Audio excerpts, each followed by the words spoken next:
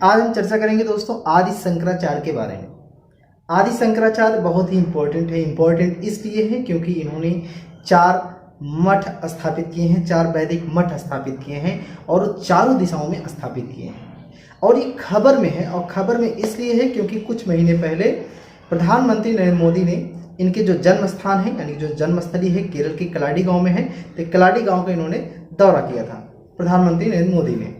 देखिए, ये अद्वैतवाद यानी कि वेदांत दर्शन से संबंधित है। इनका जो मत है अद्वैत वेदांत है या फिर अद्वैतवाद मत के प्रतिपादक हैं ये, ठीक है, अद्वैतवाद दर्शन के प्रतिपादक हैं।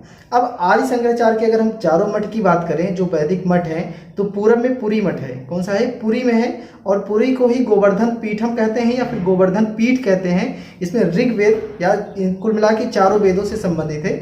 तो जो पुरी है, पूरब में जो पुरी है वो ऋग्वेद से संबंधित है। और अगर हम पश्चिम की बात करते हैं तो पश्चिम में द्वारका है।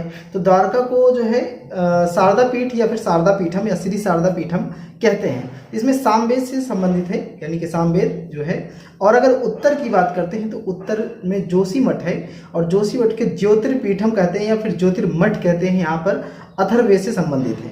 और अगर हम दक्षिण की बात करते हैं तो दक्षिण में जो है श्रृंगेरी है और श्रृंगेरी को यजुर्वेद से संबंधित है। इसको श्री शारदा पीठम या फिर श्रृंगेरी पीठम या श्रृंगेरी मठ भी कहा जाता है।